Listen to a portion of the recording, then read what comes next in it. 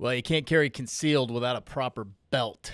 So today on the podcast, we've got Hunter Hanley from Hanley Leatherworks. He is the son of Jason Hanley, one of our sponsors here from Acme Acres. And Hunter is active duty Army. He makes some of the coolest leather belts that I have ever seen, some really innovative products that I think you guys will dig. Check them out. And if you're thinking about making the move up here, give our real estate team call, text, email, North Idaho Experience. Let's get it started.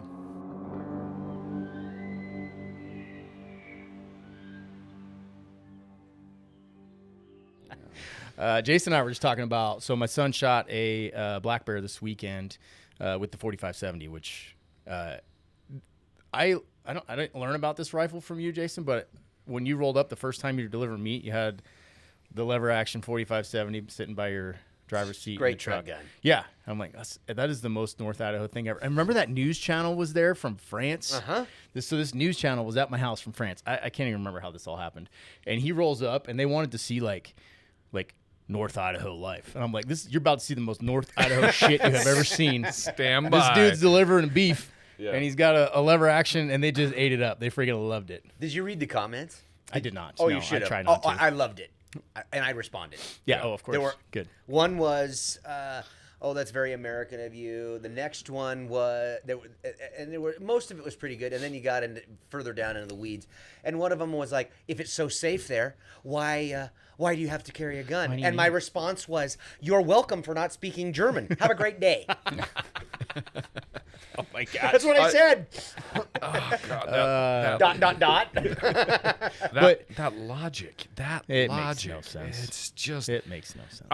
And I don't have the numbers to back this up, but I would venture to guess if you went by state, the number of firearms owned by individual occupant of that state, Idaho's got to be in the top way up 3 or 4. I mean, Way Texas, up. I'm Idaho, sure. Texas. Yeah, but I mean, Texas, though, some of those big metropolitan areas like Houston and Dallas, probably not so much. Well, trust me, Houston and Dallas got a lot of firearms. They're just not legally owned. That's true. That is accurate. Border towns. But just the reason it's so safe is because if you break into a house here, you are quite literally taking you've got dudes that daydream about that moment. They have their firearms selected. They're like, which one's it good? Yeah, I do. Mine's like next to my bed. Kit's up next to it. I'm like, all right, I'm The praying nods, for the day this guy comes down. Please do that. The kill switch for the power in the house. The fucking nods come out. It's like, oh dear God, you're done. The Alexa red light. Everybody turns on the dun-to-dum music. It's like, I'm getting the fuck out of this house. Like, I need to go. Yes. And you got your soundtrack ready. I got my Glock 10 mil bear gun. And I was like, this is going to be with some G9. I think that's going to be my problem is I have like three or four that are sitting next to my nightstand. I've got my handguns, and then I've got my rifle set up, and I'm like, I'll be sitting there like, I don't know which one I'm going to go with tonight. I haven't quite decided because I go through feelers. Like when I go out to the range, it's like, all right, what day is? Yeah. I got a little 10 mil Scorpion that's right there too, and I was like, do I want to go short on this? See, I go short barrel. I got a short barrel shotgun 12 gauge sitting there by the bed. That's probably like the best self-defense gun, honestly. It's cool. Because in all honesty, when you start shooting like rifles and pistols in house, you have to start thinking about like the walls. Yeah. You really do. Like how close are your neighbors? Where are you shooting from? I don't have any neighbors close. My kids are upstairs, so I'm good. I'm in North Carolina. I got neighbors. I gotta shoot down at an angle or up at an angle. Hey, you know what you need to get before you get out of here? Do you have one of these? Do you have a Gen 12? Oh, Genesis Arms, the semi-auto shotgun. Oh, yeah, that thing's cool. Oh, yeah. Local company, they are awesome. I got I'm not one rich enough That's all I'm spending my money on right now. I know. That checks out, dude. The last thing I bought was what did I buy? I bought AXG, the SIG P320, the AXG Pro. That's my favorite rifle, or my favorite pistol at the moment. It's a full metal frame. It's like shooting a 1911, but it got 21 rounds in it. Which I did. Because to clarify, full metal I did buy we him in have that argument 1911. all the time. Of course. Good. About capacity. Yeah. And I'm like, dude, Between me and his grandfather, and why he's you carry like, that? I've got carry 7. this. I'm like, 7's never enough. I'm telling you that right now. Right. I don't care how good I of a can shot get you to are. 11. 7's not enough. Yeah. No. I've got a 43X with that shield arm mag where you can pack you can get 16 rounds in that thing in a tiny little subcompact. My carry gun is the 365 X Macro. Yeah. That's my honestly all-time favorite gun, or carry gun at least, because it's 17 plus 1, and I've probably put 10,000 rounds through that pistol, and I've cleaned it twice. I've had no problems with it. The 365 platform is fantastic. I love them. Obviously, there's a lot of like hate going on with SIG right now because of the 320s and like them just going off and stuff. So, and I do have a 320. I don't really shoot it very often because I'm like, that's the last Does it make thing you I a little do. nervous? A Yeah. little nervous, but Hey, you want to know what doesn't go off? A 1911. Hey guys, before we get too deep, make sure you hit follow or subscribe so you don't miss any of our latest North Idaho experience content. And if you're thinking about buying, selling, relocating, or just exploring North Idaho, reach out to our team. We're proud to be one of the top-rated real estate teams in North Idaho with the 5-star reviews to back it up. We don't just sell homes, we help people experience North Idaho. Our contact info is in the show notes. Now let's get back to the episode. Yeah, well, yeah. Yeah. So back to the 4570, right? That's how this all started. So my son shot that black bear with the 4570. It was fantastic. We hunted with hounds. Who's buzzing? Oh, you're so naughty. We hunted with hounds, so it was up in a tree, which was a really cool experience, first of all. And then we had time. The dogs it's treed. It's chilling up there. We had time to like pick the shot, and my son's leaning back on a hill. We were about on a 45-degree slope. It was an awful spot to be, and put that first round like center mass just perfect, dude. It would have bled out in 30 seconds for sure, but the guides we were with were like, just keep hammering it until it falls. So he put 4 rounds into this freaking black bear, and then it dropped for sure, dead. 50-foot fall, boom, on the ground. We're skinning this thing out, and our buddy John Padula, we've had him on the podcast. He ran for Kootenai commissioner recently. Good dude. He's one of the shots ended up hitting in the guts, one of the later shots. So he's in there gutting this thing, and it's like a berry soup of guts, and he's like burying his hands into these guts to try to get it all out, and I'm disgusted. He's like, every couple of seconds when the smell hits him. Yeah. I mean, it looked pretty. Is this Hudson doing this? No, it was John. Oh, yeah. Yeah, John just jumped right in. I'm like, I'm not going to stop him. I'm not putting my hands in that shit. And I got a video. Meanwhile, there's freaking tapeworms in its guts. Oh, yeah, disgusting. So I give John's knife was like not super sharp. So he's like, got a knife? I was like, I do. I've got a Montana knife. I'm like, it's really sharp, like a fucking scalpel. He immediately stabbed himself in the hand, and he starts bleeding. So he's bleeding. His hands are in his guts. There's tapeworms everywhere. I'm like, disgusting. Disgusting. But I think he's okay. Yeah. I don't know. He's a full-on mountain man, so I'm sure he's fine. So he contaminated the bear is what you're saying. Maybe. Yeah. Maybe. About. But that 4570 round is no joke. We pulled one out that was just perfectly mushroomed. But Jason and I were talking about it right before we started because I anticipated it would drop that bear immediately on the first shot. And, I'd probably do a different round. Next time I had a 300 grain in there, and it mushroomed perfectly, but it didn't immediately... It didn't penetrate as far as I thought. I mean, it punched a nasty hole through the chest cavity and definitely hit vitals, but I was expecting more because I've shot a watermelon with the 4570 and it fucking vaporizes. It's amazing. Yeah, it's a cool round. So I'll probably go for that Revolution. Yeah, which is a bit of a hotter They're round. spicy. Yeah, definitely a spicy round. Anyway, freaking 4570 for the win. Yep, and mine's got a suppressor on it, which is extra cool. Yeah. Did you shoot it suppressed? Hell yeah. That's cool. It's more like a clunk. Yeah. I don't want to spend $1,000. No, it's totally worth it. It's not the best. I mean, it would have been a lot nicer carrying it through the brush in the 16-inch form instead of the extra, 6 or 8 inches or whatever that suppressor is. But when it comes time to shoot, it's pleasant. I want to try that with the Gen 12 with slugs. It's like a 10-round magazine. Thump, thump, thump, thump. That would probably do it. pretty much hear the spring over anything. That's all you're hearing. Yeah. Yeah. Shooting suppressed, I am just getting into it, and I freaking love it. I want to suppress everything. I know. It's phenomenal until you're indoors. I was at I did like half a cephalic, and we were shooting. I was like, we had to do an indoor range because of weather in Colorado, and I was like, I'm gonna shoot suppressed because we've got 30 guys in here and we're all shooting.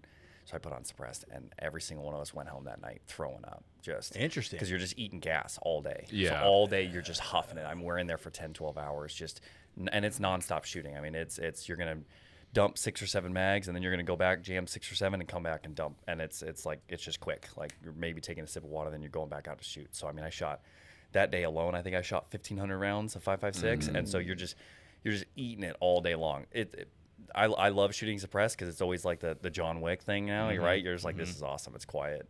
It's pleasant to shoot. It kind of helps a little bit with recoil. It takes that concussion down too, which I think is what a lot of people appreciate. Especially indoors. I mean, if you got dudes shooting next to you, even if you've been on the firing line with a dude shooting a 308 next to your head, it's like, holy crap. Yeah. Like immediate TBI. Yeah. So that's good. I didn't even think about the gas situation. It's great. I mean, it's great. And then you have to dial it in. I'm not like I'm not great at like tinkering with my guns and stuff. I kind of just go to the guy and I'm like, hey, this is what I want to do. Same here. Yeah, exactly. Yeah. Like, can you adjust this for me? So you have to do a bunch of gas adjustments. But I mean, you're always playing with it. Like, as far as I don't own my own suppressor because I'm just too cheap to buy my own suppressor and set it up and then play with it. Yeah, a little kid, bro. You'll have time. Yeah, I mean, I'm just well, like I was telling him, he told me I was coming onto this as I'm getting on the airplane, and I've got 6 bags, and I had about this much bag space. My wife had the rest of it, and so did my daughter. And I was like, all right, dude, I have nothing to bring. I don't have anything to show. So like, I didn't bring my gun belts. Normally I pack my rifle. Like I bring a gun bag, so that way him and I can go shooting and take the little boy shooting and stuff. But this go around, I was like, you should have plenty up here waiting for you. Oh, well, that's exactly what happened. I said, Dad, do you have something set aside for me? He's like, yeah, just go look at your nightstand. I was like, all right, sounds good, sweet. Yeah. 1911, of course. Yes. My house, my rules. So you like pre-staged his room that he was staying in? Oh, absolutely. That's so cool, man. Yeah, that was really nice of you. Well, I don't come up very often. I don't know. I think it came up 2 years ago, year and a half ago. It's a trip. You've been busy. Especially with a 1-year-old like that. This was our first time flying with her, and I was on edge already. And how'd she do? She was great. Yeah. Like, did you honest to do? God, I did not do well. No, Dad was not sleeping. No, it was the flights got all messed up because we figured the lesser of two evils was going to be flying a red eye. So we got to the airport at like 5:30 in the afternoon. And of course, our flights are like, hey, they're 2 hours delayed. So now we're sitting in the airport, and I'm watching my 1-year-old like rub her hands on the ground and try and shove them in her mouth. And I'm like, oh my God, child, I can't mentally handle watching this. We finally got on that plane, and of course we went to Minneapolis, and their pilots come out and they're like, hey, we're supposed to board in 20 minutes. None of your flight attendants are here, and they're 4 hours delayed in like LaGuardia, New York. Yeah, and they're like huge weather, so you're gonna be here. So I went and found a corner and like laid a towel out. I laid down, had my wife lay on top of me, and we finally got my daughter to sleep. And then we laid there for like 2.5 hours, and then I'm checking the flights on my phone, and it's like you're boarding. I was like, what the fuck are you talking about? Can I give you a secret right now, dude? Absolutely. I'm going to give you and I didn't learn this till way later in my career, and I wish I had, in the military. Go get an Amex Platinum. Because you're on active duty orders, bro, you don't need to pay the fee, and then you get their whole lobby. I know. What's funny is that when I showed up to CA, they were like, all right, they pretty much gave me a packet. We're like, here are all the credit cards you need. Yeah. Now, because of him, I got my first credit card when I was like 22. Yeah. And I don't do debt very well. I can handle debt. I just don't like debt because he was always like, cash everything. Right. That sounds like him. It's Jason. It's purely for the travel stuff. I know, and that's all the guys are like. And I still never did it. Like after all the TDY trips I've done, all the overseas trips I've done, I was like, I just can't bring myself to do it. I just put it on like my Capital One credit card. And then, like, all right, go on a DTS and deal with that hell because that's hell. But active duty, it's nice. Centurion Lounge. I know. Is I legit. need to. Free booze, bro. I went in one in Salt Lake City. I was there for like 6 hours, and I probably had 9 old fashions. Booze? Dude, free. Total free 99. Yeah, bro. those lounges are sweet. I mean, they're pretty sweet. Telling you vets, man, you guys got it so good. Nobody gives a shit about the cops. You're welcome for my service, dude. Yeah. Wow. I know. It's a pretty good deal, though. Yeah, it's payback for all the burn pits, right? That's exactly what it was. Except I was in the Pacific. I was on submarines, dude. Submarine burn pits. It's just the things I saw. All right, it's the things I saw on a submarine when you get 120 dudes down there for 3 months at a time. Couldn't pay me enough. Right? Yeah. Could not pay me enough. Oh, I feel like there's a PTSD claim in there. I just watched something on the sub. Even the new submarines, you're just like. yes. Then you're thinking back to World War II. You're like, what? How is that possible? No way. Yeah. I couldn't do the bunk space. I'd rather sleep in the dirt like all day long. I'm not doing what that. I can't wrap my brain around is that, wait, how many shitters are there for how many dudes? 2. Two for about. So how do you time that?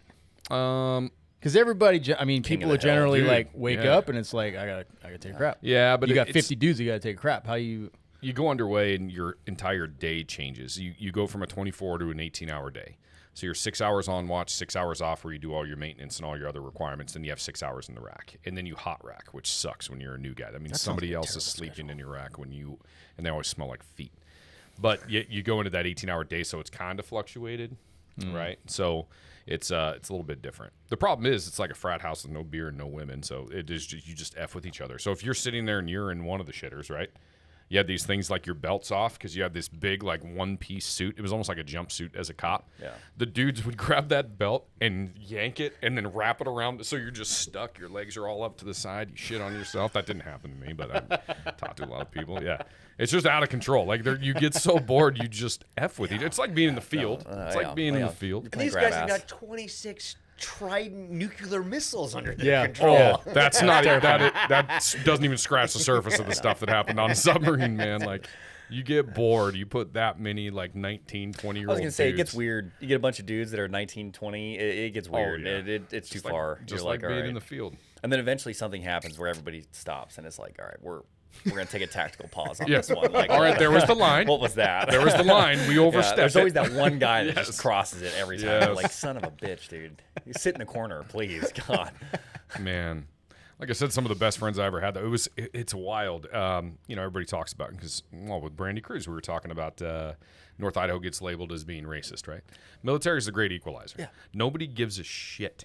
Like when I was on subs, one of our underways, it was right during the movie American History X, which was a wildly racial movie. I don't know if you've ever seen it. Edward Norton. Oh man, it was nuts. It was right during all that, but it was like Aryans and then ghetto and stuff like that, and it was a racially contentious movie. So in watching that, we just decided during the underway that we just F with each other. So if you were a white dude down in the machinery room, they would just jump you and roll you. Like just beat your... And similarly, if they ended up coming up to the top, we'd just roll you. But it was all in fun. So anyways, they got all pissed because dudes were coming. I mean, we were beating each other up, but it wasn't like to the point of like anger. Although I did get pretty pissed. But it was all in fun. It was like just kind of what you do. Like the military's funny that way. Yeah. It's like nobody... I think cop life's like that too, right? You work a beat with somebody, you don't give a shit. No, and you talk a lot of trash to each other. Absolutely. Like it's hilarious. Yes. That's the camaraderie. The rest part. of the world just needs to catch up. I agree. We all got to figure it out. I agree. It's no racist nonsense. So Hunter, you're Army? Yeah. Okay. Active duty Army. What unit? I'm with CA, so active duty CA, so it's under the SOF umbrella. So it's CA, PsyOps, and SF. Okay. So I'm on Fort Bragg, North Carolina. Nice. And I've been there in North Carolina for 6 years. 6 years now. Nice. So I spent most of my career there. How many years in you got? I'm at like 6.5. Oh, so cool. I've ETS in 14 or 15 months, so I'll be just under 8 when I'm done. You gonna re-enlist? You're not sure yet? No. No, What you gonna do? You can move to North Idaho? I'm gonna be unemployed every day of my life. So I'm gonna be. I've got the one business I'm running right now, which is Hanley Leatherworks. I make custom leather belts, and like the thing that got us going with that was I make reversible inner belts. So they it's like clean leather on top, so you wear them with dress clothes, regular clothes, whatever, and then they flip, so you can throw your gun belts on them. Oh, that's cool. So I was infantry before, yeah. So when I joined, I was 18 X-ray.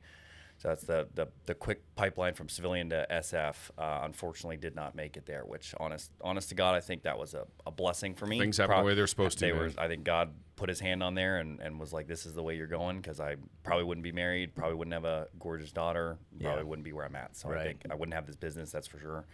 Kind of fell through that rabbit hole, and I landed at the 82nd, and then I was at the 82nd for a little while.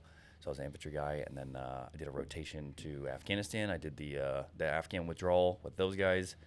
Came back and went and did CA selection, got picked up for that, and then in the Q course, that's where I came up with the idea because I was an infantry guy. So I was always wearing like the inner belts that just Velcro on everything, and they're like, "Hey guys, you need to start wearing suits and civilian clothes," and that's what we wear most of the time. And I was like, I don't own a leather belt. I don't wear this stuff. Yeah, so bust one out. That's like the. This is Gen 1 dad version. Yeah, that's Gen 1. I mean, I hand crank sewed that. So I got like an Amazon sewing machine. Yeah, but it's cool to see how you did it, dude. Like hand cranked it. So they were all reversible. So anyways, I was wearing the Velcro belts constantly. And they were like, hey, you need to do this. And so I was like, well, how am I going to put my gun belt on? Because it's with me everywhere. Like at that point, it's ingrained in me. Like it's in my truck. It's everywhere I go.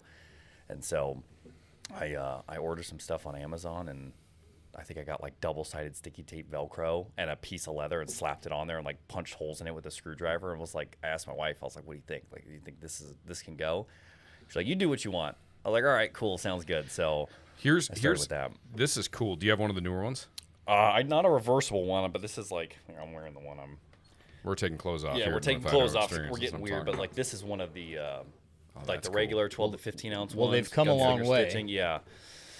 And I've been wearing that one for probably, God, But you have new ones 2 of years these. now. Oh God, yeah. Oh yeah. See, And here's they're clean. Here's the way I look at these, dude. Like I was when I left the PD, I was a detective sergeant. So you kind of dress down by any stretch, but you usually got BDUs. It would be cool to have these on the outside, and a lot of those guys are on SWAT. Yeah. So if you actually had to run to a call, you flip those. Right, and then you've got right now, your- I'm super popular with the Marshals. Yeah. The U.S. Marshals I believe that. love my stuff. So I started. I mean, I'm doing a bunch of different stuff right now. Like, obviously the reversible inner belts are kind of like the thing. That's what got it going. But I do the regular belts, and then I do outer gun belts too. I wish I would have brought the one. I haven't released it yet, but I had enough guys that were like, "Hey, can you put Molly on this leather shit?" I was like, dude, I'm just gonna make it all Molly. So it's like it's got Tegris liner, and then the leather and the Tegris make the Molly weave. Now, obviously, you got to put like a screwdriver in there to feed your gear through if that's what you're using to not clips if you're using Molly equipment. But I wish I would have brought that. But like I said, he gave me the Last minute notice. notice. No, I was this like, all is right, cool, dude. I love this Velcro back. This is super. I mean, cool. I hate that this one's gonna be the one that's on here, just That's because okay. it's cool, literally though. like a first. That is on it. I think that is like number 1 or number 2. That's like cool, that though. is. I like seeing the history of it. Yeah. But the idea is awesome because as cop, I mean, I'd either wear guys would either wear a leather underbelt and use keepers, or as I progressed in my career, we had a Velcro backed gun belt, and then we would just wear this. Well, that was kind of like the whole thing. Like it applies to the military, but honestly, it applies more to like law enforcement. Totally. And I agree. Like I've got a bunch of SWAT buddies that are in Fayetteville, and those guys are.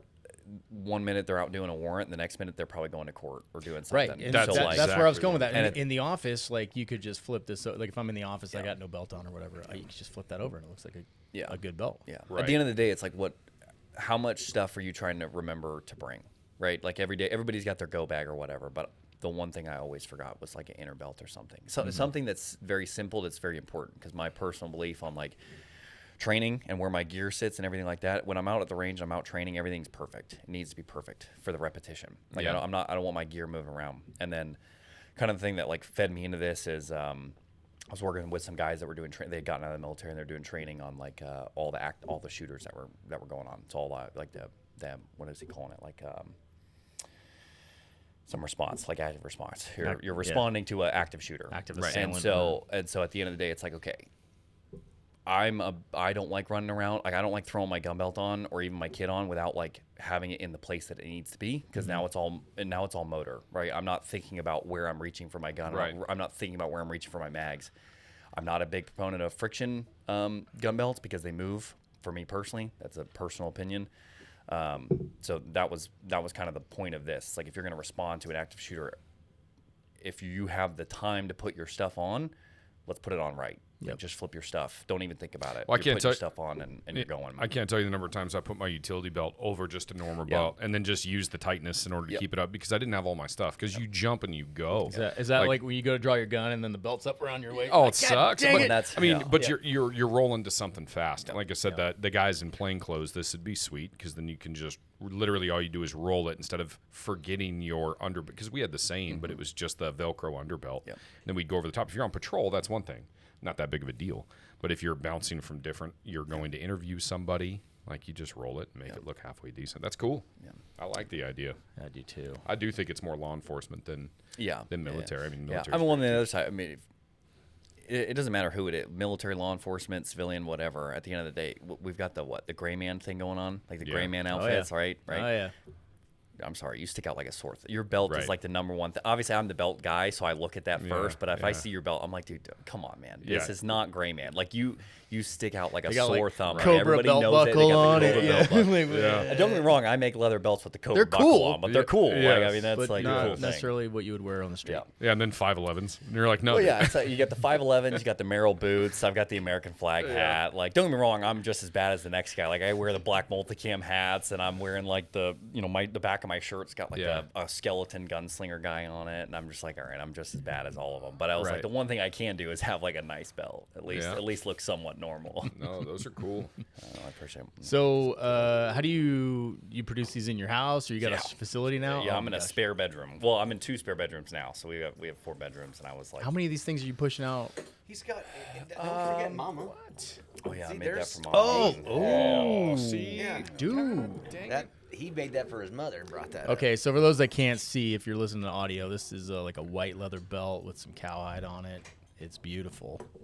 Shiny buckle. Oh, My you wife had would rock to that. say he made that for the missus, because I was going to say I want one of those, so I appreciate it. Yeah, that would look good with your. your. Yeah, I am a submariner, all right? It's on the site. It's called the Wild Wren, and it's like a cool. I got a gunslinger version that goes into the cowhide, but If you even show that to Austin, he's going to want it. Okay, so this is like a dude belt right here. This Yeah, one's just yeah. brown leather, Yep. black hardware. I like it. I kind of do all of it. Like, I mean, obviously, like I said, I started with the inner belts. Like, that was the thing that started it. And then I had guys that were like, hey, I just want a regular belt. And then guys were like, hey, I want something a little beefier. And then it was, hey, can you do an outer belt? And so now I'm doing all this stuff. I grew quick the last, I mean, I've been doing it I'm coming up on 3 years. The first 2 years were by slow rollers, which is, I think, perfectly fine for me. Like I'm a big proponent on start slow, like grow slow. You were also active duty. I was active. I'm still active, and I'm in a living hell right now. It's it's a problem. This is how I like to call it. It's a good problem to have, but it is a problem. Yeah. I'm working like 110 hours a week. Like I go to work. I show up at. Maybe I'm showing up at 7. I'll do PT before maybe, and then I go to work all day, and then I come home at 5, and then I spend 2 hours with my wife and kid, and we put her to sleep, and then I'm in the office from 7 at night till about 1 or 2 in the morning usually, and I run that for about 3-4 days. That's my cycle, and then that third or fourth day I'm crashing hard, like I can't function. Then I get like 12 hours of sleep. I have to, and then I'll start the cycle over again. Yeah. Sound just like I your told dad. him there's 24 hours in a day. Pick the 20 you want to work. Just like your dad. Sounds about right. Well, listen, if I don't want to work for anybody ever again, I mean, it's got to Yes. go. And this is a good time for me to do it. It's better to start it while I'm in and kind of go through this suffering period than it is to get out and be like, okay, I've got, mouths to feed and no income. Yeah. Well, You you got a know safety net. this needs to be a North Idaho business, right? Like we're gonna get there first. I Keep know, pushing, boys, listen, because I'm working hard. We got this. You guys are going to have to convince my wife, but she is not one to be convinced. Her family's all over there, and frankly, I love it. I mean, I love North Carolina. I don't like to be cold. I'm done being cold. Sear killed that It's for not me. that much. It's not cold up here anymore. I don't It's know if you've horrible. heard. No, It's horrible. It's really not. yeah, global warming's made it very tropical. Exactly. Yeah. Who was it? Who were we talking to? That it's not global. It's not necessarily, or it is global warming, but it's because of the what is it? The Yangtze Dam in China? No, the Three Gorges Dam. You're the one who told me that, Austin. I told you that, but someone told me here. I thought it was somebody we had on the podcast. The Three Gorges Dam is piling up so much water that it's offsetting the weight on the Earth, and it's disturbing the Earth's axis, and that is causing the climate change. I have no idea if this is true. Now that I've said it, you can repeat it and say it's true. You heard it here on the internet, so you know it has to be true. Yeah, but I heard this, and I'm like, well, that's kind of that. I guess I could see that if you could pile that much weight in water on one little spot where it did not used to be, maybe that will throw off the rotation of the Earth and change the axis enough that it's changing the weather pattern. So it's going to get really hot where you are, and it's going to be perfect up here. So You're going to make me go down a rabbit hole here. This is why you should move now. I'm good with hot. I like hot. Yeah. I can't do the rainy and miserable and cold 9 months out of the year. Let's not get crazy. It's horrible. 6. Come on. 9. It's 9. You get 3 months. I will say the summers up here, phenomenal. You can't beat the summers Yeah. up here. Cannot. Like North Carolina, the lakes and rivers. It's all brown It's- water, it's, dude. It's buggy. pretty nasty. bad. It's pretty bad. It's buggy. It's buggy. Yeah. Summers are pretty hot, but I mean, most of the time it's nice and sunny and it's green. Yeah, we I were like back it. there a couple of years ago for your wedding, and we're out going down the river. And Yeah. was Corbin, so he would have been 9 or 10. What's that? You don't want to touch that. That'll kill you right where you stand. That is a water moccasin, and we need to go that direction. No, thank you. We do not have these problems in the rivers up here. No, okay. no. You haven't figured out how to make belts out of those yet? That'd be kind of cool. No, I haven't dabbled in that. I'm like, my time is running low as is. Like that's Yeah. one of the problems I'm having now is just my bandwidth is I'm as maxed out as I can be. Yeah. There's a bunch of stuff I want to start tinkering with and start getting into. I just don't. I physically do not have the time to do it. I'm backlogged.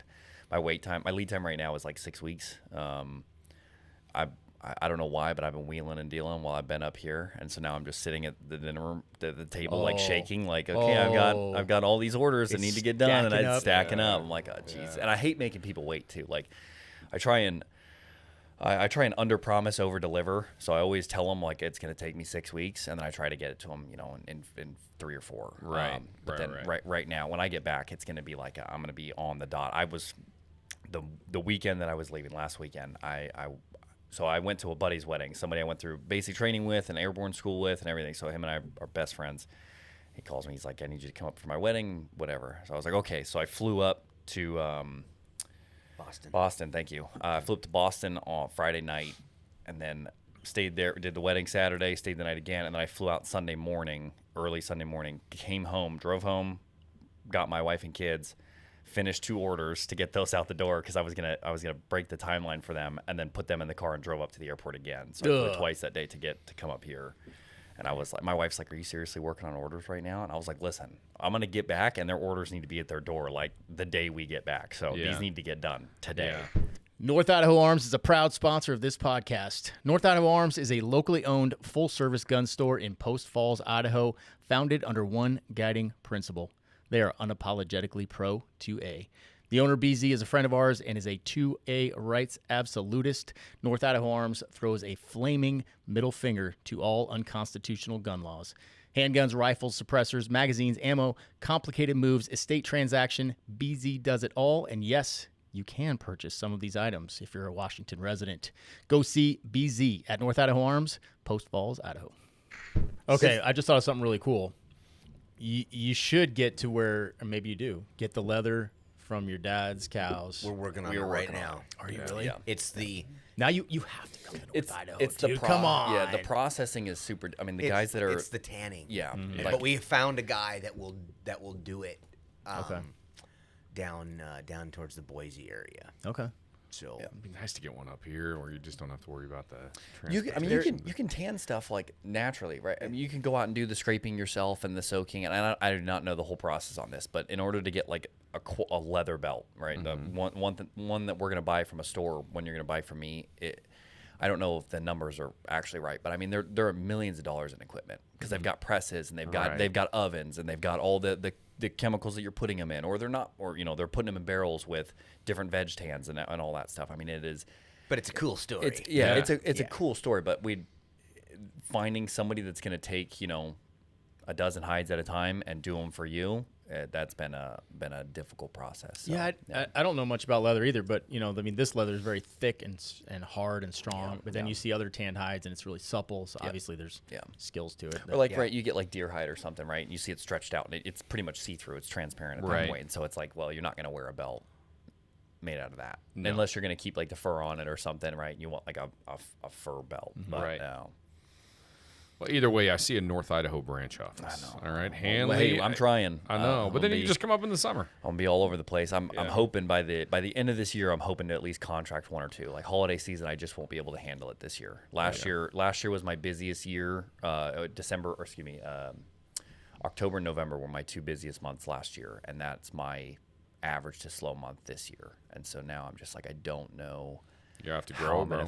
Yeah, exactly. Yeah, time to bring somebody on. The Army. Dad would love to help. The Army does not. I asked my little brothers, what are you doing for Christmas? They're like, Christmas. I was like, you're not this year. Yeah. You're coming down. I'll pay for the tickets. You're going to come work for me. Yeah. And they're like, oh, really? And I was like, I'll send you back for Christmas. That's fine. I'm not getting you presents. I'm your brother, not your dad. Like, you're getting nothing. Yeah. And I was like, hey, well, come down. I'll pay you. You can work for me for, October, November, stay for a month and a half or something, and then I'll ship you back up. And they're like, honestly, that lesson is so valuable anyways, because I think a lot of kids, and while my son's 16, he's like, oh, I'm going to be a business owner. I'm going to run my own business. I was like, is that because you think it's easy? Yeah, you think it's like fast money? Like you make your own hours. Yes. Yeah, make my own hours. 120 hours a week. Thanks. Yes. Yeah, let's.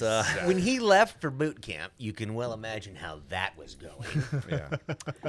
That was a rough go. Something like I don't want to be anything like you.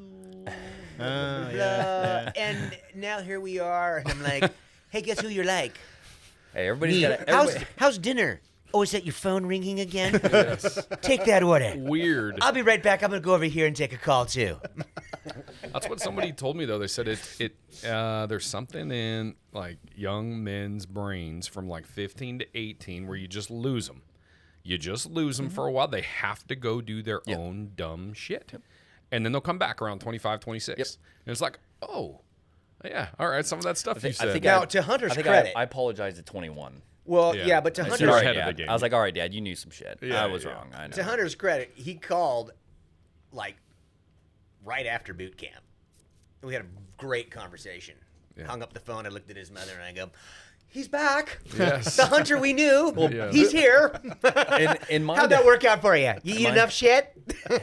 in my defense, like for me personally, boot camp is not like it's difficult for everybody in their own way. For me, it was difficult because I went from being 18, where he hands me a plane ticket and is like, "You're going to go to Arizona or North Carolina or whatever, and you're going to go manage these projects, and you're going to do it by yourself." And then I showed up to boot camp, and it's like, this is what time you're going to brush your teeth and take a Right. shower and do all this stuff. And that was like, for me personally, that was like I like that when they strip you down, like that was the version where they stripped me down. I was just like, oh my God, I can't even brush my teeth without these guys telling me like I gotta brush. Yeah. And you know it going into it, but until you've experienced it and Yeah. somebody's actually in your face telling yeah. you like you missed a hair while you were shaving, we're gonna have a shaving party. Yeah. We're all gonna do this stuff. Like you don't know it until it's actually being done. And so that was like the difficult part for me. And then when I joined when did I leave? 22 or 2020? Yeah. It was it was like right as COVID hit. So weird.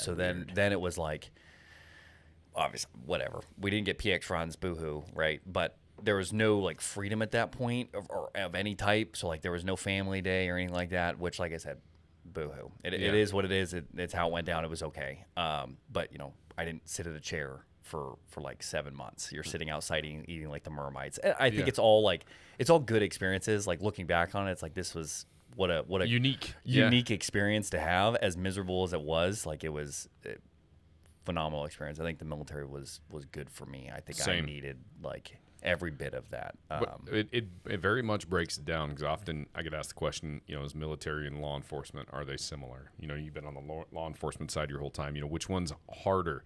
It's like it's hard to even compare the two. Military's like, I'm going to tell you when to get up, how to get up, what to wear, how to wear it, what to say, when to say it, how to do it, when to do it, how to do it. Everything is like a guideline. It's like check blocks. Law enforcement's like, here's a gun, a badge, and your articulation of the elements of this crime, and go. Go out. So my academy was very much like boot camp because it was a live-in academy. So it would like tell you, but I didn't go until I was 27, and I had been to college. I was like worked construction. I worked in a bar. Like I was very independent, and it was very hard for me to conform. I think I went through the same thing you went through, but I did it at 27, which was weird. We had a lot of, God, I feel like most of my group was like mid-20s or older. It was very weird. Like young guys were not coming in. I was one of the youngest guys there, and I was 20. I turned 21 in basic training. So it was Really? Yeah, and so most everybody there, at least from what I recall, was like 25 to 30. I wonder what that is. Because mine was, I had a 98-person like boot camp class, and we had a couple old guys. And old guys were 30. Yeah. I think my take on it is pretty controversial. I just think easy is the way right now for a lot of people until they learn that easy is the hardest thing you're probably going to do anyways. So you might as well do the hard thing, because typically that's the easiest option is doing the thing that sucks the most right now. Yeah. And I think a lot of people, especially with social media and just how like young guys are right now, where you get all this freedom right off the bat, and we're fortunate we live in America where you get all these freedoms. You don't want to give that up, and going into the military, you're going to give a portion of that up, and I don't think a lot of people want to do that right now. Like they're growing up and they're like, well, I get myself. My phone's going to be gone. Oh my God. Oh, that's a big Oh one. my God, dude. my phone's Like, wait, I can't vape. I mean, it's all gone. And I will say, I did not think I was attached to my phone, and then they took my phone, and I was like, fuck, dude, I can't call my dad. Do you get it at all in boot camp? How's that work? We got it. We got it towards the end. Towards the end, right? Yeah. Like OSIT OSIT is like they go through phases, and they change it all the time. At least when I went through, it was like red phase, black phase, and gold phase. Red phase, it's nothing. But red phase is like, I think 3 or 4 weeks. I'm probably wrong on that, but it's not super long. No phone, no nothing. It's like that is the breakdown period. That is where they're gonna break you down. That right, everything's gone. We're gonna rough you up a little bit, and welcome to the Army. And then I think black phase is where it's like on Sundays for maybe an hour or so. Maybe you'll get your phone. And then gold phase is kind of where it's like, all right, Sundays are kind of we're building you back up. So now we're gonna relax a little bit on Sundays and start giving you your stuff. But every company was different. My company was just Sundays. The company next to mine was Friday evening to Sunday night, and we were like, "You mother, dude. We're just watching them outside, like chit chat, and all of us are just like, you guys suck. Like, give us your phone. I want to make a call." Yeah. Man, I have a little bit of a, I don't know. You said yours is kind of controversial. I look at it and think we've almost systematically decreased the sense of nationalism in our country. Absolutely. I think, and that starts in the public school system. Absolutely. When I was a kid, there was still a very strong sense of pride where when a young man came out at 18, 19 years old, there was a sense of pride going into the military. And a recognition for me, it was all about, I knew I lacked overall responsibility and discipline and thought it'd be good for me, and it really was. But I think that's a part of it too. And then you get up to 25, 26, you've effed off for 6, 7 years, right? You've gone through multiple careers, and you're like, wait, 3 hots and a cot, and I'm going to get paid and get out in the world a little bit. There's dudes that have worked a lot harder jobs than that, and they're like, hell yeah, this is a good deal. This is a good deal. Perspective. And then they come in. I could see that. Yeah.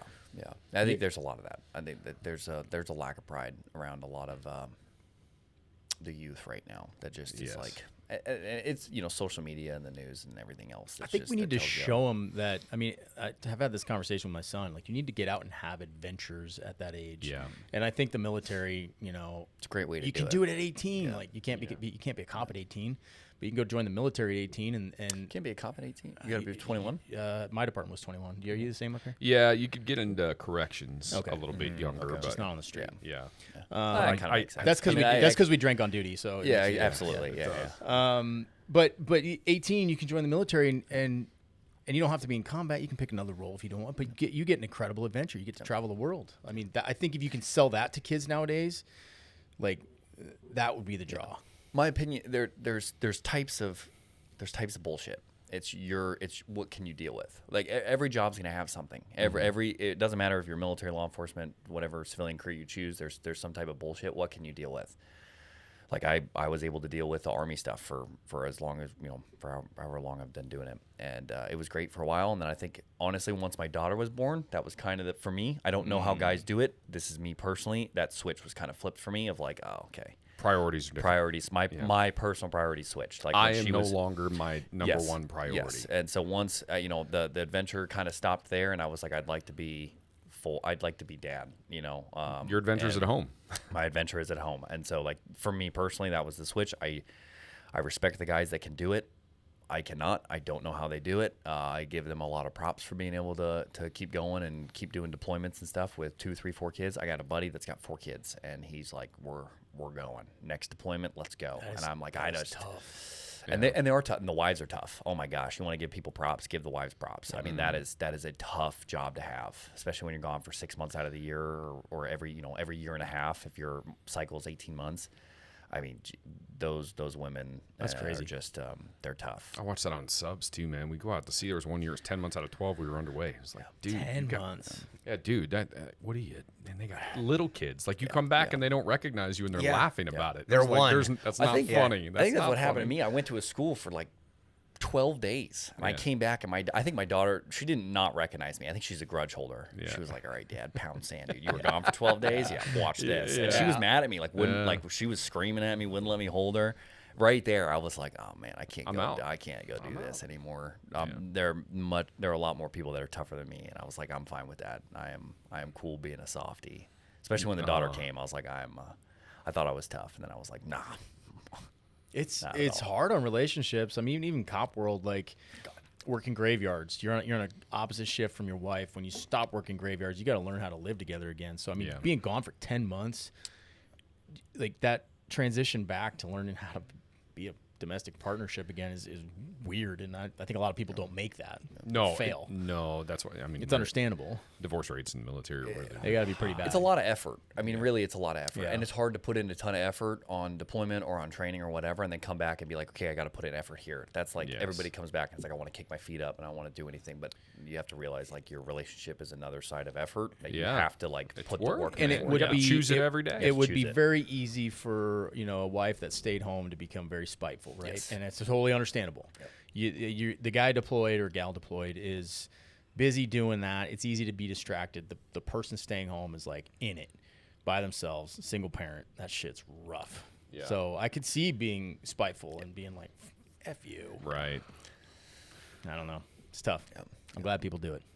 Yeah. I have a ton of respect for the law enforcement, especially when I started doing the belt stuff. I was working with a couple guys that were starting training companies, and most of the guys that were coming over to do the training were law enforcement. And then we start looking at the differences, right? Like we do a train up for a year, and then we go into a deployment, and then you come back, right? 6 months on, or for me it was 6 months on. But there's separation, and like the law enforcement. At least that was like my epiphany with it. Was like, there's never a time like. Have you guys ever heard of Blake Cook? Yeah. In North Carolina. So him and I wouldn't say we're best friends by any means, but we talk every once in a while, and we used to spend a little bit of time together. And that was like the point he had made. It's like he's like 365 days a year. Like we are deployed in our area. We live in these areas, and we're doing this. Like can't go to Best Buy and do that stuff. And when he told me that, I was like, God damn, you're right, dude. Like wasn't he just out here for the what's that conference? The what? Why? Oh, Wozniak. Wozniak. Yeah. I think he was just out here for that. Because I messaged him on Instagram a while back. We got confused. I thought he was coming out at a different time, and I was like, "Hey, you're gonna be here next week? Let's do a podcast." And he was like, "What the fuck? I'm not gonna. I don't have anything on my calendar." And I was, but it was the wrong. Anyway, he was coming for that. I'll try and hit him up. I'll let him know. Although he doesn't reply to my DMs like hardly ever anyway, because his buddy Spencer, they started their own company. What is it? Relentless something.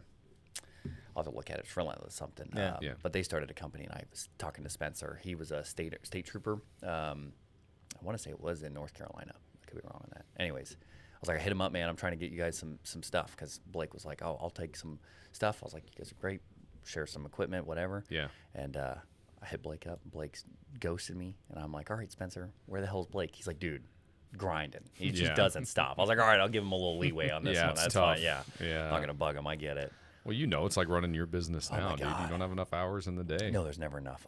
Honest to God, I want to give up most of the stuff. I like social media. I think like the social media advertising side of things is a full-time job on its own, so it's super difficult. Somebody. You gotta hire somebody. I'm trying to find somebody. We got a guy for that. Yeah, all right. He's rooted over here, though. What do you charge? I'm broke. No, he's rooted. No, he's not for sale. No, absolutely not. We're very guarded. No. But even like he doesn't do all of it, right? We have other people that post the shit. Yeah. It's a process. It's a full-time thing. It's miserable. Oh, I just threw my hands up a year ago. I said no. I have an ex guy for the farm. Yeah. And I've got, I'll give him a prop. Moddy's handles Facebook and Instagram and videos and drone and videos and all that stuff. And I'm just like, yo, just tell me what you need in the morning. Yeah. I'll get it for you. Yeah. Right. Because there's no way. But like, I don't want to. Especially with you. You're up feeding cows at Well, I'm 4 up just a.m. doing, well, yeah. And then I don't want to. No, you're doing. I'm busy. I got other things going on, and I don't want to. That's why there's operations, and then there's marketing. Yeah. Right. Yeah. You'll need another. Once you leave the Army, you'll have plenty of time. That's the thing is right now I've got that the double life going on right now where I've got military all day and then work all night, and I can't have my phone in the buildings that I work in, so like I'm away from all that stuff. So I come home and it's like I'm immediately at dinner. My wife's like, "Put your phone down." I'm like, I love you. No, I can't. I'm not we have that. Like my wife's been saying that for 20 years. Now I quit answering on dates. Yes, smart. But I thought that was probably a good financial move on my part. Yes. Yeah, for sure. Gosh, that's tough though, man, because it's business and it's production based. So how do you not? You have to be available. Yeah. And we just had that conversation earlier. It's like, look, you understand, I used to take call out. I used to get call outs in the middle of the night and she'd get mad, or call outs in the middle of a date and she'd get mad. I was like, this isn't going to be much different. I'm going to be getting calls. It's just not going to be as life threatening, but I'm still going to have to take them. I'm amazed at how much business I do after 5. Yeah. Oh yeah. Well, 5 everybody to 10. else is off work. And that's all the businesses. Yeah. It's just not farm business. But I have learned a secret. My phone goes to do not disturb at 8 p.m. because I'm like, in real estate, really, there's nothing that needs to happen after 8 p.m. People get up in arms about shit sometimes, but it's like the title company's not open. The lender, nobody's up. Like we don't need to do that. So 8 o'clock, my phone's do not disturb, and whatever. If you text me after that, I'll text you back in the morning at 4:30 when I get up. I've yet to master that particular. It's skill set. I'm getting better. It will change your life. Yeah. Good meat starts long before it hits your plate. Acme Acres in Spirit Lake, Idaho offers beef shares, pork shares, and lamb shares raised the right way. Their beef is grass-fed and grass-finished, and their meat is 100% all natural. It's as pure and real as North Idaho. No hormones, no antibiotics, and no vaccines. Just real meat from a local North Idaho farm straight to your freezer. Call your farmer Jason at 208-714-0478 or visit acmeacres.us. Well, mine's weird because my target audience is military law enforcement. Yeah. It's all the guys doing that stuff, so all of their hours are weird. Anyways, my sales are like midnight to 2 in the morning. They're on duty. Yeah, exactly. They're like, all right, I got time. That's exactly the shit I would do when I work graveyards, dude. Like, I'm gonna buy this stuff now while nobody's aware. Dude's chilling in patrol cars. Be like, I need that. 100%. Cool. Typing reports at the office. I've got Shopify, so it makes the cha-ching when somebody makes an order, and it's a total dopamine hit. You're like, all right, you gotta get up and start see what's going on. And shut it off at night. Yeah, bro. well, that's the funny thing. Wrecks your sleep. Like I had one night where I think I got like 4 or 5 orders. Like it was super weird. I mean, they were literally like cha-ching, cha-ching, cha-ching. It just kept going, and my wife like starts smacking me. It's like, turn that thing off because it's 2 in the morning. Is there a moment of panic when that happens? You're like, is it gonna stop? Yeah. Oh shit! What if it keeps going? What if it goes faster? It's not like it's like there's 2 parts of it. There's like the excitement part of it of like, oh my, everything I've been working for, like somebody's interested in something that I've created, which is cool. Like I was never like I'm not an artsy person. Yeah. I'm just this not was out of the This blue. is like, Yeah. like I didn't You grow up. You don't get a belt muse. No, I didn't grow up like being. I was not crafty. I built random stuff, right? Yeah. I grew up. I was a normal boy. Like I built forts and dirt jumps and stuff like that. But I was not like a art. Oh, I'm gonna make this necklace or this and that. I didn't grow up using leather. I'm YouTube certified on leather working. Well, it looks like you got it figured out. Yeah, that's pretty slick. That's beautiful. Thank you. So yeah, I'm YouTube certified on this stuff, but I think like there's a pride that comes with it. That's like, okay, I started this in a Q course. And I'm active duty. I'm working my ass off, and I'm trying to like get this thing going before I get out because I got to make sure that my wife and kid are reassured that like the bills are going to get paid, and like there's some payoff that's finally like after a couple of years. And I knew it was going to be like that. I mean, I'm a watcher. I've watched my dad and my grandparents and how business works, and it's like. Honestly, the overnight success. There's a truth to it, but there's also like the side that's not true, which is the overnight success is never overnight success. It's 3 years in the making, and then finally one day it just blows up. And that's kind of what started to happen. It was 2 years of just like onesies and twosies, and only selling maybe a couple a month, and then one day it was like my busiest month is my average month now, and it was like, okay, that's kind of my blow up. But it goes through levels, right? Like this cyclical. Now, it's my average now, and it's kind of tinkering along at the average, and then maybe maybe in a couple months it'll kick up again, and that'll be my new average, and it just keeps going like that. And I mean, I'm aware of that. It's just, but it's cool. I have a lot of pride in at least the stuff that I'm putting out. I know is going to guys that are going to abuse the shit out of it. Like I want them to beat it up. Because that's one thing with this company that I refuse to do is you don't order from me and then I just disappear. Like, right, you're not going to order from me, and then in a year from now, you're like, hey, man, my belt's falling apart. And I'm just like, too bad, so sad. That's not how I do business. Like, I know what you're doing with it. I know what – most of the time I have conversations with these guys, so they're telling me what they do. They'll email me and say, hey, I'm a U.S. Marshal. I'm over in this district. I'm doing whatever. And it's like, okay, so I at least have some, like, personal connection to you that I can be like, okay, hey, man, if your stuff's broken, send it to me now. Like, I'm either going to fix it or I'm going to replace it. Yeah. I there's a line on that, right? If you've had it for 4 or 5 years and it's falling apart, like There's my a hands point. are kind of tied on that one. Like, really, especially if you've been beaten on it. Yeah, I mean, if you're just waiting on it, but yeah, like a year or two, if you hit me out, I've only replaced. I'm coming up on. I think I'm almost at like 500 orders out the door, but that's just orders, not number of belts, because I've done a lot of bulk orders too. Yeah. So I think my most recent bulk order was like 25 belts for. I could see you scaling up for teams. Yeah, and I've outfitted quite a few ODAs. Like I've got some third group ODAs that use right? They do, a lot of teams do different things, but like the two that I've got outfitted, they do a 6-month probationary period. So their new guy shows up, and then what they were doing was belt buckles, big old burly belt buckles, and they were like, well, we want to include these belts for the 6-month probationary period. I was like, absolutely. So every 6 months or every time they get a new guy, they'll email me and be like, hey, we've got a new guy coming up. His 6 months is over in 2 months. Like, can you get a belt ready? Too easy. That's cool. I've done that with those guys. What's like teams like that? What's the most popular item that you're selling right now? It really just depends on what they want. Like the team I was just talking about with the belt buckles, they did the reversible belts. But what they wanted is they wanted to be able to use their buckle. The thing that makes them reversible is the buckles. So I wish I had them, but there's one that actually is like spring loaded and twists, and those are okay. I mean, I like them. I give them as an option, but it's not my go-to. And then I call it the center fed buckle. It's a center bar, and it just allows you to toggle the buckle. Yeah. So that's what allows the flip to happen. So you don't need to take the buckle off. You don't need to take the belt. I was wondering about that. You don't need to take the belt off at all. You unbuckle it and roll it, and then you put it back on. Like I said, I wish I would have packed it. I wish I would have packed like the nice ones. I think even the ones that I personally own, I went to an event like 2 months ago, and for some reason at that event, they're like, I want this one. And I was like, well, let me make you a new one. This is just one of my show ones. And they're like, no, I want this one today. Yeah. When he called me with this idea, here you go, take Money's, it. yeah. Yeah, there you go. All right. When he called me 3 years ago with this idea, you were very specific, and I don't remember if you remember that conversation was, Dad, I've got guys going to, something's going on, either I'm running private security or I'm doing something, and somebody's doing something, and we got to go to the truck. I got to take my belt off. I got to get the inner belt on, and then I got to put my duty belt on. Well, you put it down to about 90 seconds or so, 2 minutes to make that happen. Right. And he goes, the idea is this. Well, I immediately was like, oh, well, that takes you from 2 minutes to like 10 seconds. Yes. Yeah. And you were rocking. Well, I already think of that. So I was with NCIS unit in the reserves, and we did PSAs when we get people in town, and they want you in a suit and a tie and the whole monkey suit and all that stuff and opening doors and all that. That's awesome for that. Yeah. If shit really hits the fan, it's nice to just be able to flip it and then throw a belt on over it. That's it's sweet. it's shooter's preference. I mean, everything is shooter's preference. Every gear, I wouldn't say there's any bad gear. It's just what's the gear for you. Yeah. And some people don't.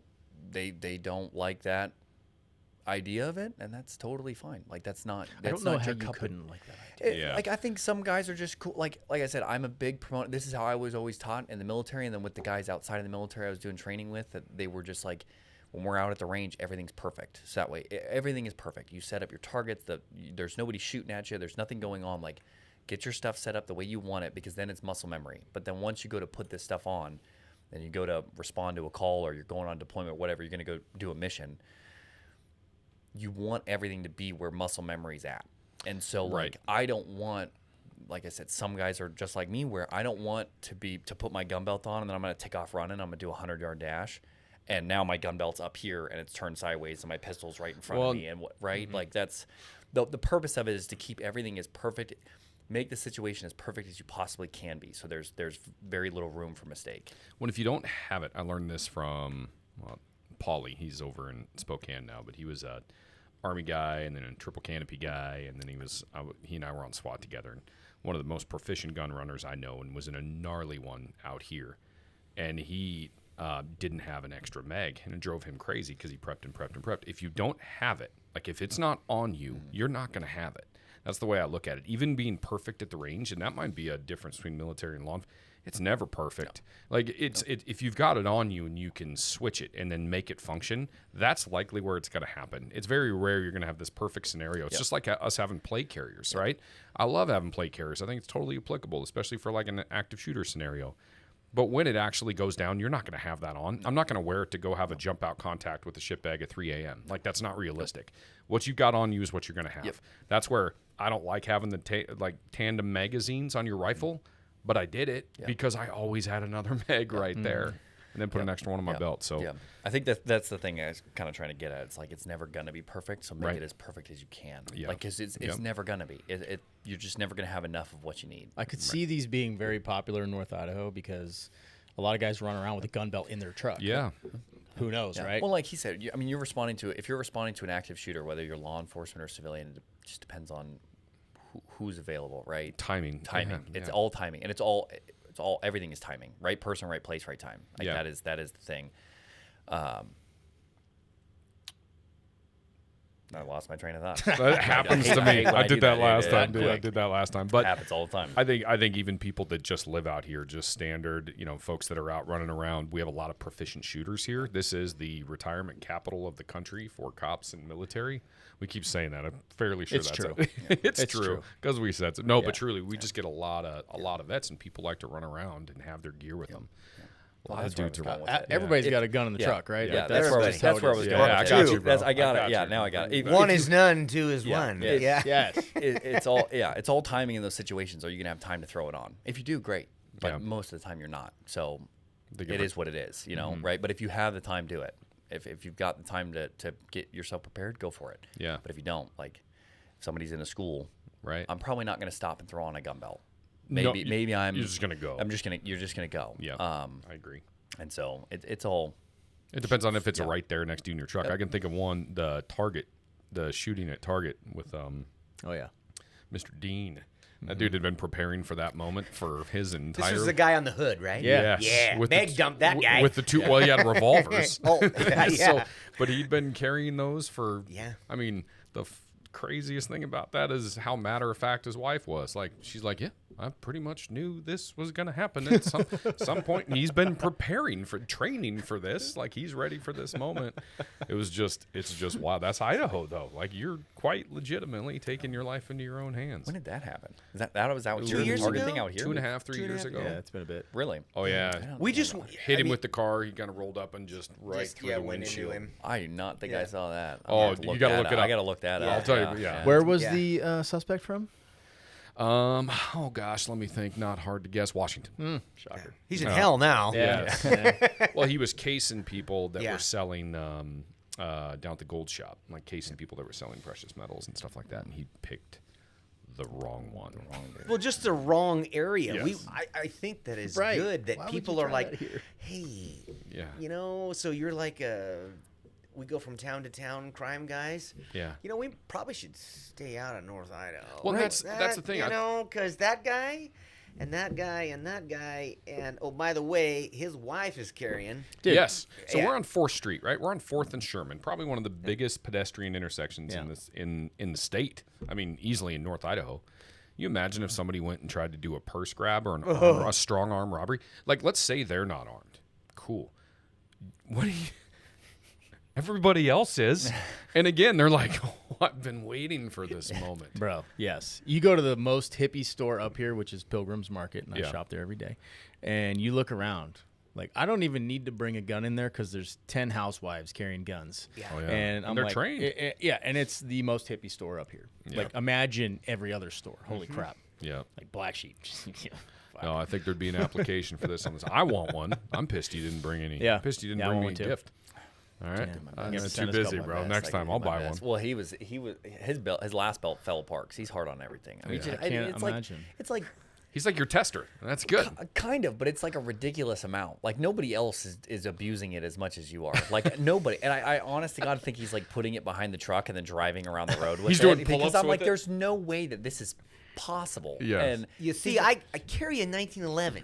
Yeah. So I'm really good at mag exchanges. Yes. And you have to carry more than one. That like So you just- 19 I think bullets he's- in one magazine. I think he is gets- sacrilegious. Yeah. I think he gets bored of it and starts rubbing it with sandpaper. Probably. And just is like Yeah. texting me like I want something new. It gets him a little dopamine. Puts it hit. on the hitch, Yeah, drags exactly. drags cattle behind That's what the I'm saying. truck I with think it. that's what he's doing, or he's putting my little brothers behind it, and they're using the belt as the string to sled behind the truck. Yeah. 'Cause that's what I used to do.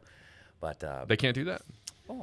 they can For a little His while. belts, in all honesty, his stuff's tough, Yeah. and I am tough on it. Yeah. I mean, I carry a lot on my belt. Yeah, like I said, you're the trial guy. That's Yeah, good. I'm R&D's good with me. Yeah. Whatever. I Send finally more. I did bring him a new one for this trip, but I didn't make it for him. It was for an event. I was like, that looks to be about the right size. Threw it in my bag and was like, your dad made this just for you. You weren't supposed to tell him that. Whatever. He'll I find knew out that. eventually. Yeah, I I'm knew gonna- that. Which type do you have? I have one of. It's the same. I think it's the same The one same I'm as wearing. that one So this there. is Yeah. This Does it have the Velcro inside or no? no, No. just regular one. That Like I tape- said, that it's they all take time. So like the question I get a lot is like, how long does it take you to make a belt? It is 100% dependent on what you're getting, because on my website I've got it's built. It's your choose your own adventure. Yeah. Like you get to choose the leather type, the leather color, the thread color, the threads, like the design of the thread, the buckle type. Like you get to pick all of that. I have like standard options that are on there, right? They're just click and buy. You tell me your size, you go. Yeah. But most of it, I gear it towards like you design it yourself. So it's cool. 100% dependent on what you want. It's like the ones we're wearing right now are it's the chestnut color from Herman Oak, which is a phenomenal leather. I mean, I've been wearing this one for 2 years, and it just wears in great. What's the rough price point for that one that you're wearing? The one now? I'm wearing is $220. Yeah.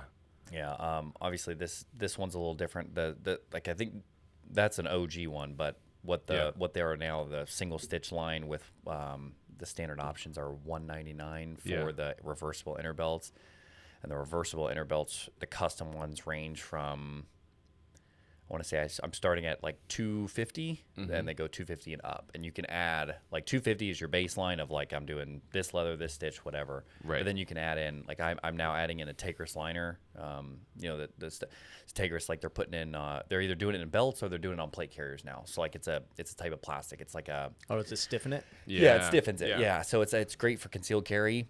Me personally, I love it in outer gun belts. I do not put a Tagris liner in my reversible inner belts or my regular belts, because I appendix carry, so I like to have a little bit of flexibility. And it still gives you flexibility. It's more of like a horizontal stiffness than it is, you know. I don't like it. They pinch, like the They inner pinch, ones. yeah. If you're gonna wear them around all day, I don't like. Yeah, so I like movement, but lots of guys want it, so I'm gonna provide the option. Yeah, of if course. that's what you want. So you can do Tagris liner, you can do gunslinger stitching. I've had guys that are, and I do laser engravings on them too. So everybody wants like their unit logo, gold crest or whatever, or name or something. NIE That's what I'm logo. looking at. That's what That I'm would be pretty thinking. cool. That would be cool. What do you think? It's a generational thing that the way people carry. I feel like a lot of younger guys carry appendix. Yes. And old dudes like your dad carry outside the waistband. Old dudes. 1911. Like Aren't you guys the same age? maybe, I don't know actually. Yeah. How old are you? 50, just turned 50. Okay, I'm 46. I'm almost there. But I'm still younger than him. So I cannot carry outside the waistband like in a car. I did it for a long time and it sucks, and I won't do it anymore. I don't know how you do it. Just dead nerves. Get used I think to it's, it. Well, I think it's shooter's preference. It's shooter's Like me- preference. Yeah. Yeah. And now I just forgot Clint's last name. From Gunsight? Yeah. He's like, hey, carrying a gun isn't comfortable. Get over it. Yeah. It And is why if you- is your backup gun small? That's dumb. It is As he comfortable pulls if you out put it another in a fanny Yeah. pack. Yeah. That's how I carry most of the time now. It's Yeah. freaking awesome. Yeah. I do it. It's not obviously not quick. I do it in No. like gym clothes. Like if I'm if I'm going to the beach or something, right? It's in a fanny pack. Yeah. I've been carrying the same like Coeur d'Alene fanny pack for like the last 4 years too. There you go. What is it? What is the shop called? The Coeur d'Alene shop. Yeah, It's- yeah, it's yeah. a- Swirling clothing. company. Yeah. Every year I come up here, I just went and spent like. So $300 you up gotta there you gotta get yesterday. on I the was like, all right, wife gets a sweatshirt, Yep. kid gets a shirt. Yeah. Eberly stock. So they're out of Yep. Southern Idaho. Yep. They make the best fanny packs out there, dude. So they have the small They're one. out of Idaho. Really, I did not know that. Down in Boise. Okay. Yeah, you should be out of Idaho, Hunter. Yeah, see, even they're here. How did I not know that? You don't know about the Eberly? I got two right here. I'll show you. Well, you better give me one. Yeah, I didn't give it to me. I didn't get it for free. I had to pay for it. Was this like the Whoopie hoodie? We're that you working didn't on get them. me? We're working Yeah, on them. Yeah. But like I have a larger one that I carry. So my if I'm going to an event, carry gun is FN 509 compact. Okay, yep. Because my full size gun's a 509 tactical. So that fits well in the big fanny pack. The small one, I carry a 357 snub nose in there. That's super comfortable. For how prepared I am with my belts, I'm not prepared with anything else. I like with fanny packs. It goes in the normal concealed carry holster that clips your waistband, and I slide it in there, and then Okay, so my wallet all goes I in there. do There's with, no Velcro. with that setup is they usually have a little belt loop in the bottom. Everly stock does. I just put a loop of paracord in there. I hook it into the holster. Nice. And then I draw. It just pops the holster off. That is a good idea. There's a lot of guys coming out with great stuff. I mean, I even thought about there was some guys doing like full leather fanny packs, and I think like my thing with leather is leather's kind of coming back. It's making its way back because everybody wants to buy once, cry once, right? And so leather lasts a long time. I looked at doing some fanny packs, but honestly, the time It's it a takes lot to of do stitching, it, dude. unless price point would be. exactly. Unless you're doing a lot of volume, your price is going to be really high, and it just has to be that way because it's you're not gonna make any money, and it's just not gonna be worth the time.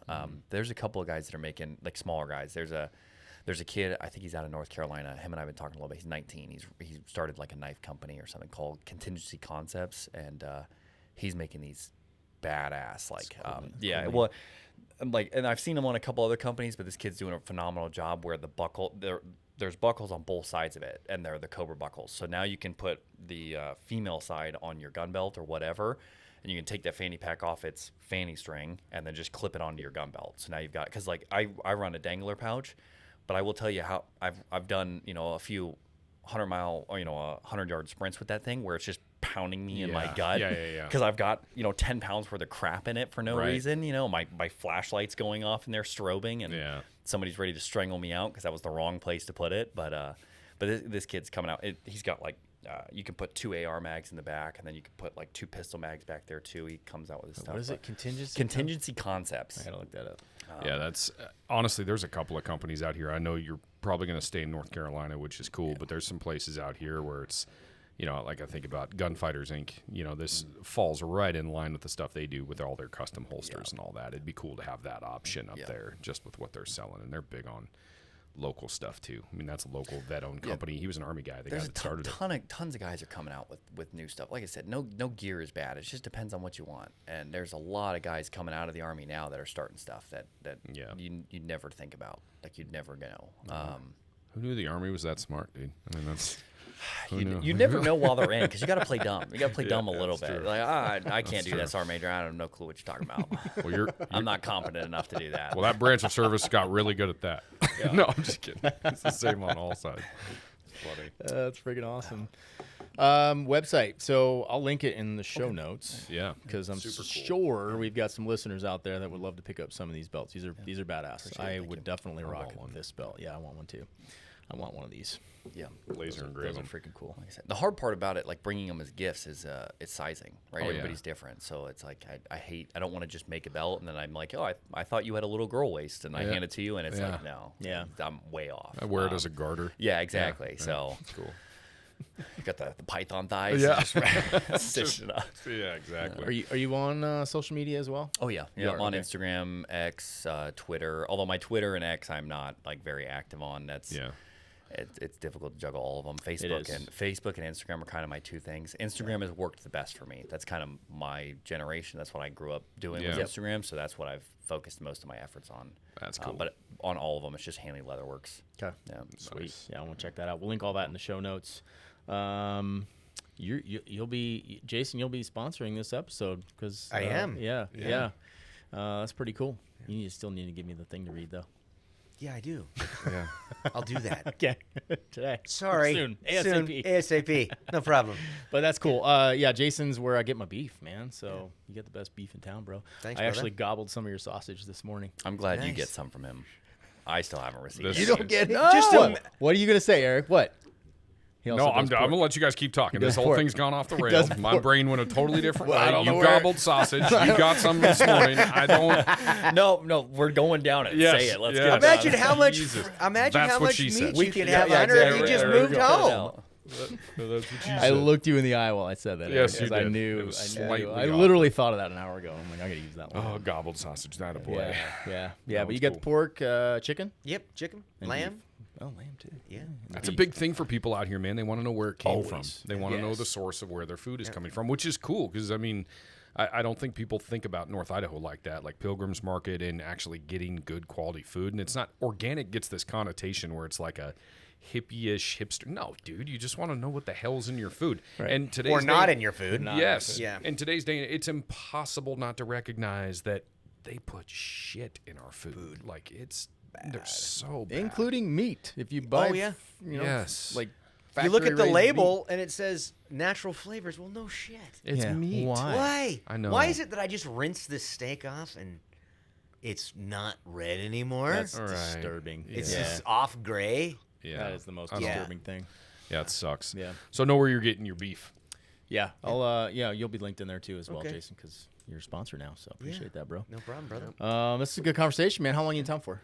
I leave Sunday. Oh, damn. Nice. So you can go back to work immediately when Back you get to work home. immediately when I get Start home. busting belts out, Yep. dude. Yeah. It's I probably, think that you probably got 5 orders I think right now. Yeah, we're doing the red eye again. I think that's gonna be another mistake, but I really don't want to get up at 3 a.m. to get to the airport by 4:30. Yeah. And fly out at 6. Especially Like I said, it's the lesser of two evils. I don't know. Like I said, my daughter was phenomenal on the flight. On it, Yeah. best thing I could ask for. She did not scream, cry, nothing, no ear popping issues, nothing like that.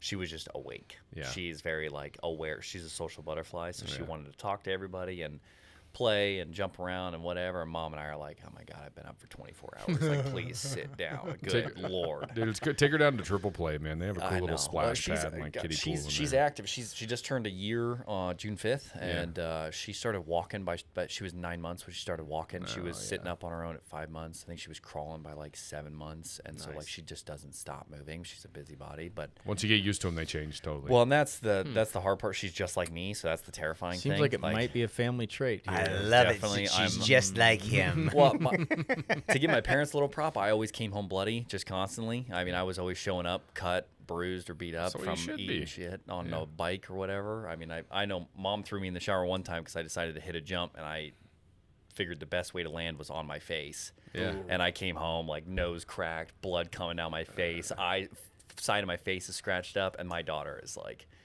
it's time to party. She's just Yeah, running right. everywhere, Do it, straight yeah. knees, doesn't cry about it, nothing. I'm like, Yeah. oh my God, I'm in so much trouble with you, child. I got one of those. She's feral. Yeah. She's Yeah. a feral princess, man. She grabs the phone because Papa calls, Yeah.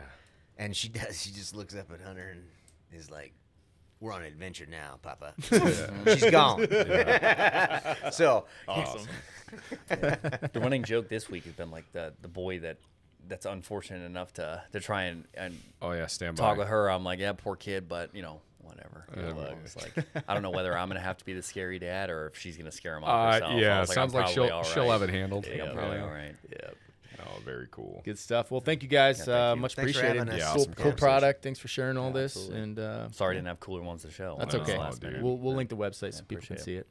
But yeah, thank you guys. It was Awesome. fun. Thank you. Cheers, guys. Yeah. Later.